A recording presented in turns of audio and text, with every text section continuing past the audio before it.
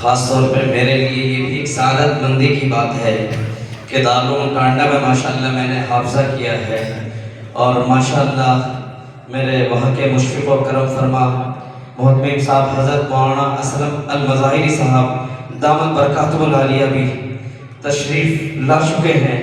الحمدللہ تمام ہمارے مہمانان نویزہ اور اساتذہ کرام ہیں، یہ میرے لیے بڑی سعادت مندی کی بات ہے۔ آئیے دوستو، میں یہ چاہتا ہوں اس پروگرام کو آگے بڑھاتے ہوئے اب میں آپ کے سامنے مقرر شیریں زبان فصیح اللسان حضرت مولانا مفتی اسد قاسمی ندوی محتمم و شیخ الحدیث مدرسہ اسلامیہ عربیہ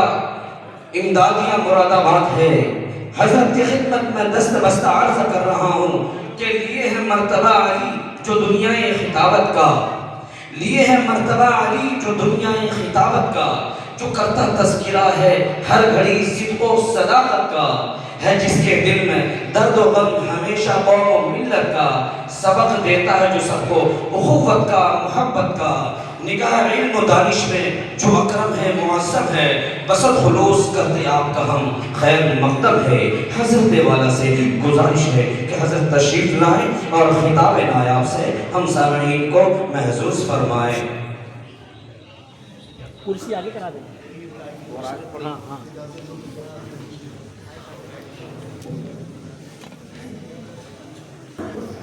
الحمدللہ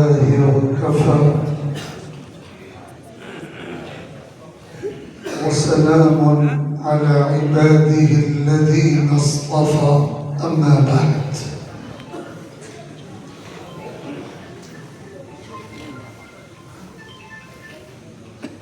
آج کے اس بابرکت اجلاس کے صدر عالی قدر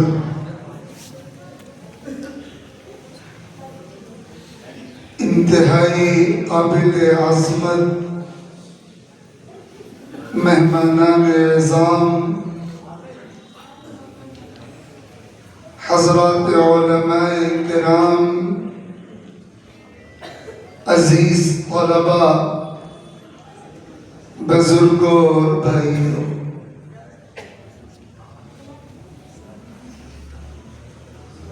آج ایک بار پھر ہم اور آپ اس بافیض دینی درسگاہ کے اس مبارک اور مسعود اجلاس میں شریک ہیں۔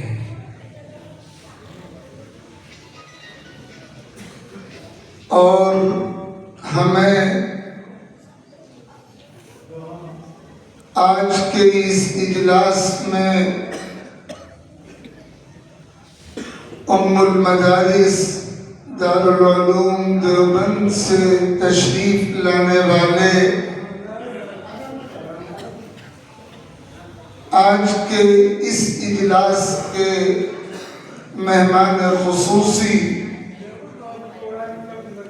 استاذ الاساتذہ حضرت مولانا حسین احمد صاحب دامت برکاتہم کہ گرا قدر خطاب کو سننا ہے، اور پھر انشاءاللہ ایک بڑی تعداد میں فارغ ہونے والے ان سعادت مند بھائیوں کے سروں پر دستار فضیلت سجائے جانے کے مناظر بھی ہم آج کی اس مجلس میں اپنی آنکھوں سے دیکھیں گے۔ اللہ رب العزت ان تمام کوششوں کو اپنی بارگاہ میں قبول فرمائے۔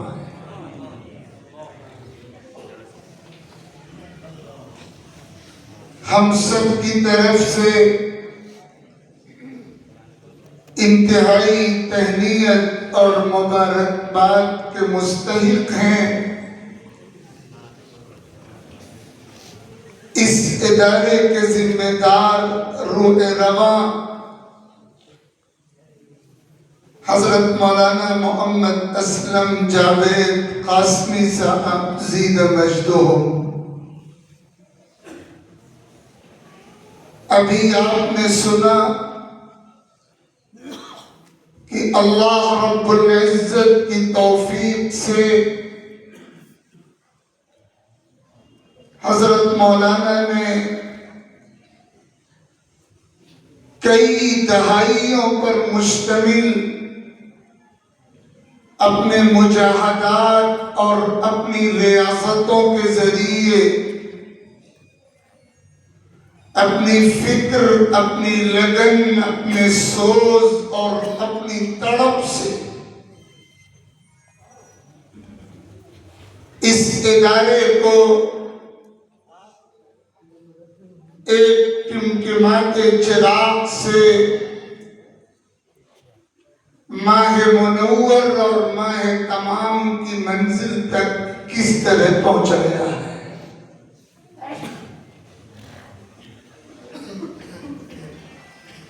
اللہ تعالیٰ اپنے بندوں کو جب اپنے دین متین کی خدمت کے لیے قبول کرتے ہیں تو ان کا قال اور ان کا حال، ان کا طرز اور ان کی ادا یہی رنگ اور یہی منظر پیش کرتے ہیں. اولو العزمان دانشمند جب کرنے پہ آتے ہیں سمندر کاٹتے ہیں، کوہ سے دریا بہاتے ہیں. دین کا چراغ ہر دور میں اسی طرح روشن رہا ہے اور قیامت تک اسی طرح روشن رہے گا. اور رجال اللہ کے ذریعے کتاب اللہ کی اور دین متین کی خدمت کا یہی طرز انشاءاللہ جاری اور ساری رہے گا. اکابر کی موجودگی میں گفتگو کرنا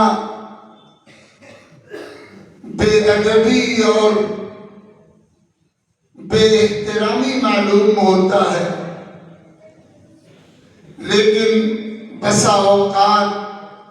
حکم کی تعمیل میں کچھ کڑوے گھونٹ پینے پڑتے ہیں. اس لیے چند منٹوں میں اس تمہیدی گفتگو کے بعد میں اپنے ان عزیز فضلاء کی خدمت میں جو آج دستار فضیلت سے نوازے جائیں گے اور پھر اس کے بعد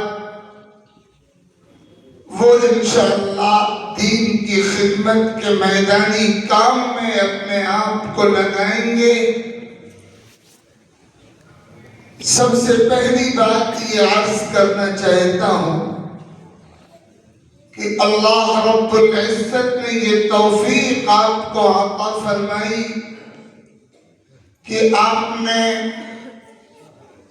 علوم دینیہ کا وہ نصاب جو ہمارے روشن دماغ اور دور اندیش اکابر نے مقرر فرمایا ہے مکمل کیا، اور اب آپ اگلے مرحلے کے لیے اپنے آپ کو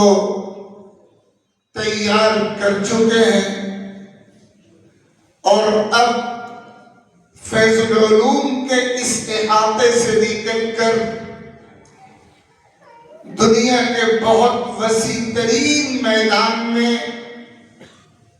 اپنی اپنی صلاحیتوں کے مطابق اور اللہ تعالیٰ کی توفیق کے مطابق اپنے علاقے میں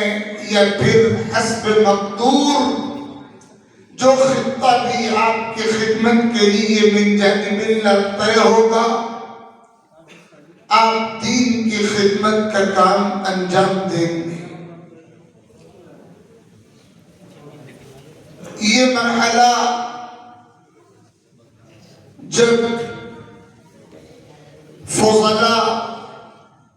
آخری اجلاس میں اپنے اساتذہ اور سرپرستوں کے روبرو ہوتے ہیں اور منظر نعم الراحل و نعم المرتحل کا ہوتا ہے کہ رخصت کرنے والے بھی بہت خوب ہیں اور رخصت ہونے والے بھی بہت خوب ہیں۔ اس مرحلے پر ہمارے اکابر کا یہ طریق رہا ہے کہ وہ پابند بنایا کرتے تھے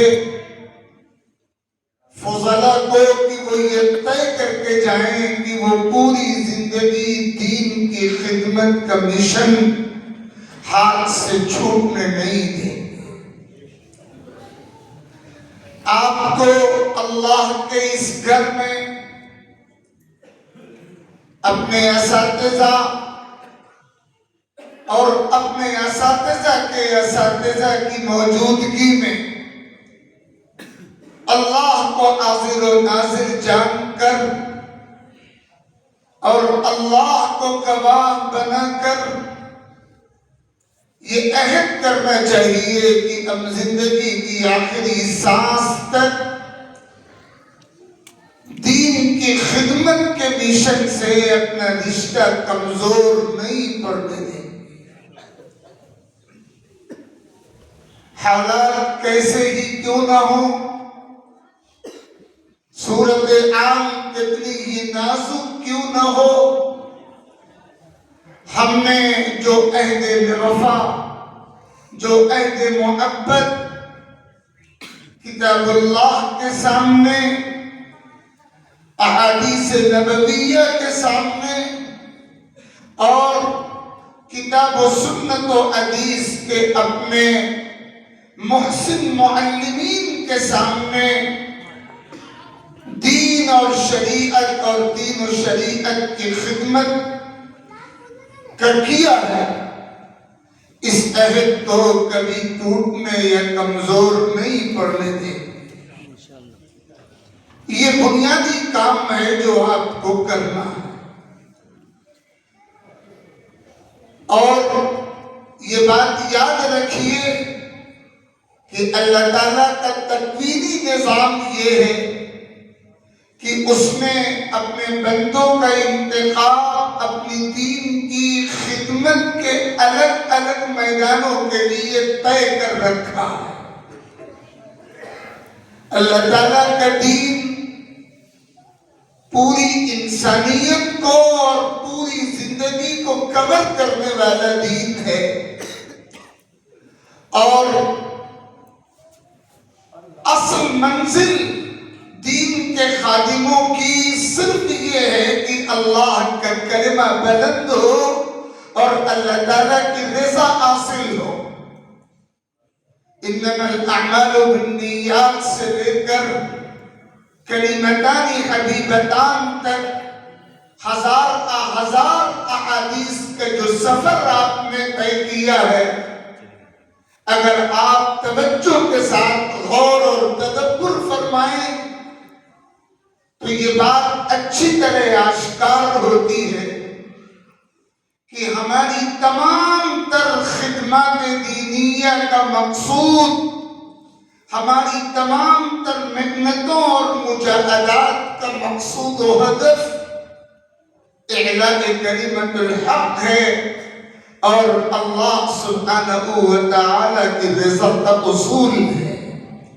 ہاں، اس منزل کے لیے راہیں اللہ نے الگ الگ رکھی ہیں۔ مدرسوں اور مکتبوں میں تعلیم اور تدریس کا عمل ہو، منبر و محراب سے وعظ و خطاب اور تلقین کا عمل ہو، مسند ارشاد اور خانقاہوں سے تزکیے اور اصلاح و تربیت کا عمل ہو، یا رفاہی اور ملی اور سیاسی اور سماجی خدمات ہو، یا احقاق حق اور ابطال باطل اور رد فرق اور دفع فتن کا کام ہو، یہ سب اسی منزل حقیقی اعلاء کلمت الحق اور حصول رضا باری تک پہنچنے کے راستے ہیں۔ طریقے اور راستے الگ الگ ہیں لیکن منزل ایک ہے۔ اللہ تعالیٰ کا نظام ہے کہ وہ تکوینی طور پر یہ طے فرما چکے ہیں کہ اپنے بعض خادم دین بندوں کو ایک شعبے کے لیے، دوسرے بعض کو دوسرے شعبے کے لیے، اور کچھ کو تیسرے شعبے کے لیے، اور کوئی بہت باتوفیق ہوا تو اسے ایک سے زائد شعبوں میں خدمت کے لیے قبول فرماتے ہیں۔ لہذا ہم اللہ کے فضل سے دین کی خدمت کے جس شعبے سے بھی وابستہ ہوں، ہمیں دوسرے شعبے میں کام کرنے والے کارکنان کو اپنا رفیق اور اپنا معاون سمجھنا ہے، اور اپنے بوجھ کو ہلکا کرنے والا خیر خواہ بابر کرنا ہے۔ یہاں فریق اور مزاحم بننے کا تصور بھی دل و دماغ کے کسی کونے میں نہیں آنا چاہیے۔ عربی شاعر کا ایک شعر یاد آیا، عباراتنا شتیٰ وحسنک واحد وکل الی ذاک الجمال یشیر، کہ ایک ہی محبوب ہوتا ہے اور اس کے جمال کی عکاسی اور اس کے جمال کی تصویر کشی الگ الگ زبان داں اپنے الگ الگ اسلوب میں کرتے ہیں، لیکن مقصود ایک ہی محبوب کے جمال و کمال کا بیان ہوتا ہے۔ ہم سب کا اصل مقصد اور اصل منزل اللہ تعالیٰ کی رضا کو حاصل کرنا اور حق کے کلمے اور بول کو بالا اور بلند کرنا ہے۔ اس کے لیے جو راستہ بھی اللہ کی توفیق سے ہمارے لیے چنا گیا، ہمیں اس راستے پر انتھک محنت کے ساتھ کام کرنا ہے، اور دوسرے راستوں پر چلنے والوں کو اپنا معاون، اپنا رفیق، اپنا ہمدرد، اپنا خیر خواہ سمجھتے ہوئے کام کرنا۔ ان حالات میں یہ بنیادی طور پر ہمیں سبق حاصل کرنا چاہیے، اور میں تو خاص طور پر اپنے بعض مشائخ کی سرپرستی اور اشارے پر اپنے یہاں سے فاضل ہونے والے طلبہ سے یہ بات ضرور کہتا ہوں، اور آپ کے سامنے بھی گستاخی کرتے ہوئے ان اکابر کی موجودگی میں یہ جملہ دہراتا ہوں۔ آپ اپنے ان اساتذہ کے سامنے یہ طے کر کے جائیے گا کہ آپ اپنی شادیاں 100% سنت کے مطابق کریں، اور اپنے گھروں میں خواتین، بیٹیوں اور بہنوں کو میراث میں مکمل حصہ ملے، اس کا عملی نمونہ آپ اپنے یہاں قائم کریں گے۔ ہمارے بعض مشائخ طریقت اللہ تعالیٰ ان کی تربتوں پر رحمت کے انوار برسائیں، باضابطہ یہ تاکید فرماتے تھے کہ فضلاء سے یہ عہد لیا جانا چاہیے کہ ایک تو وہ اپنے گھروں میں میراث کی مکمل عاجلانہ شرعی تقسیم کا نظام قائم کریں گے، اور دوسرے خود اپنے سے آغاز کر کے اپنے اپنے نکاح کی تقریبات 100% سنت کے مطابق کریں گے۔ یہ سبب تھا جو میں آپ کی خدمت میں دہرا رہا تھا۔ میں ایک بار پھر حضرت مولانا اسلم صاحب کو اور ان کے تمام رفقا کو اور اس ادارے کے معاونین کو مبارکباد پیش کرتے ہوئے یہ عرض کرتا ہوں کہ اللہ رب العزت ان کوششوں کو بے حد قبول فرمائے، اور یہ چراغ ہمیشہ اسی آب و تاب کے ساتھ بلکہ روز افزوں اضافے کے ساتھ اپنے اجالے پورے اطراف میں، پورے عالم میں، پورے ملک میں بکھیرتا رہے۔ آمین۔ وآخر دعوانا ان الحمدللہ۔